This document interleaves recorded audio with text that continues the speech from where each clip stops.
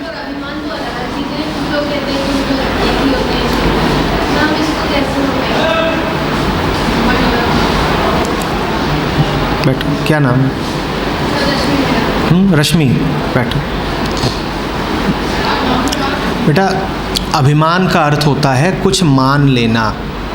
तुमने पूछा कि क्या घमंड और अभिमान एक ही हैं? अभिमान का अर्थ होता है अपने आप को कुछ मान लेना। अभिमान का अर्थ है मेरे ही विषय में मेरी मान्यता। तुम अपने आप को जो भी मानते हो वही अभिमान है। तुम अपने आप को ऊंचा मानते हो तो वो तो अभिमान है ही।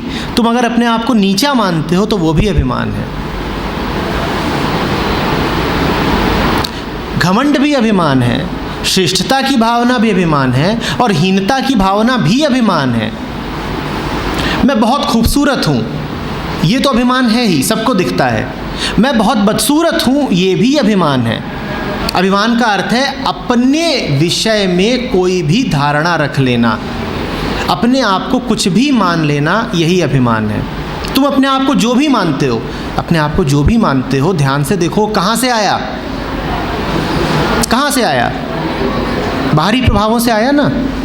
इसीलिए अभिमान को बुरा कहा गया है, क्योंकि तुम अपने आप को जो भी मानते हो वो तुम हो नहीं, वो तो तुम्हें रटा दिया गया है कि तुम ये हो।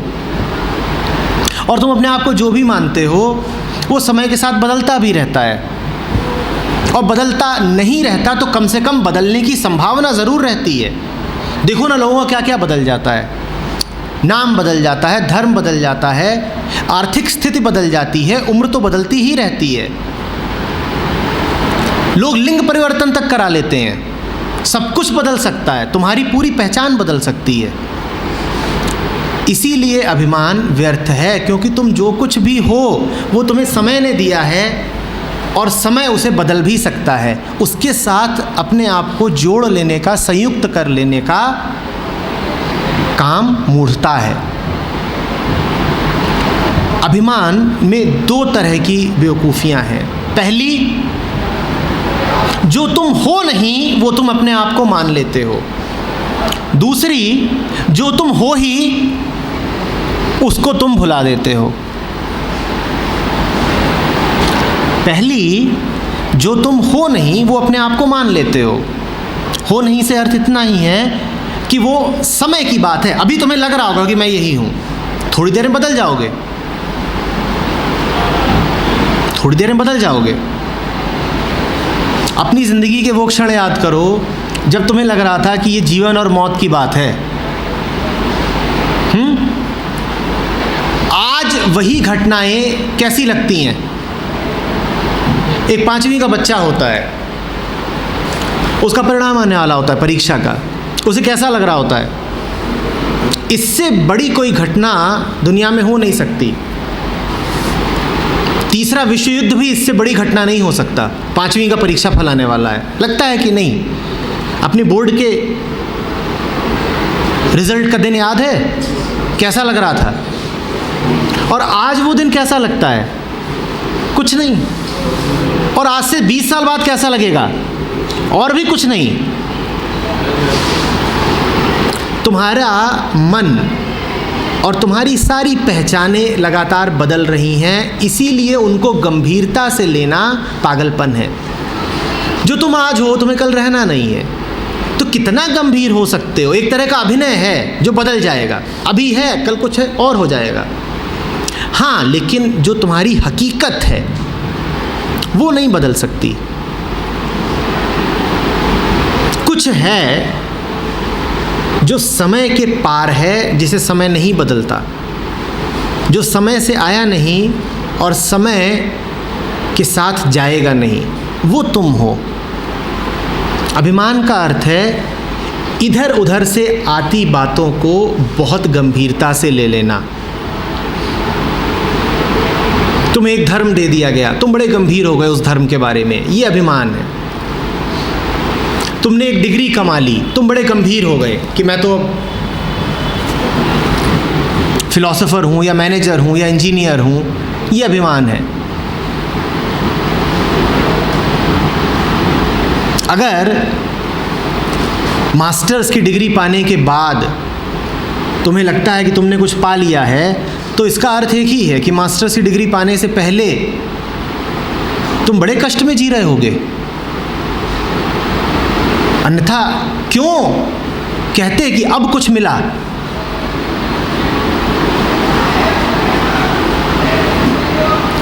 दूसरों ने आकर के तुमको 10 मालाएं पहना दी, अखबारों में तुम्हारा नाम छप गया और तुम खुश हो गए, ये अभिमान है।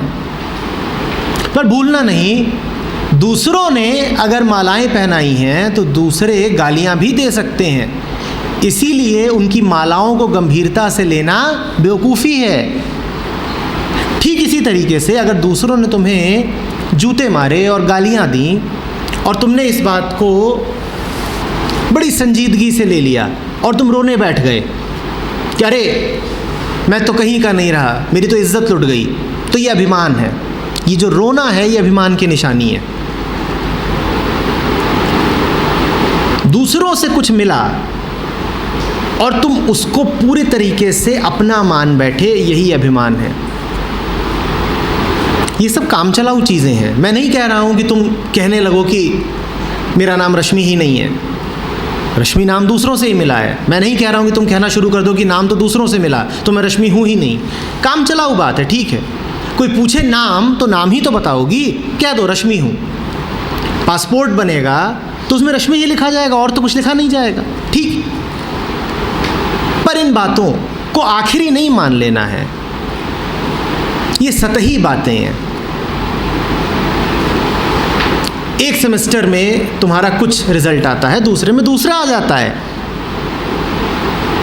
जब कम आ गया तो छोटे नहीं हो जाना है, जब ज़्यादा आ गया तो फूल नहीं जाना है।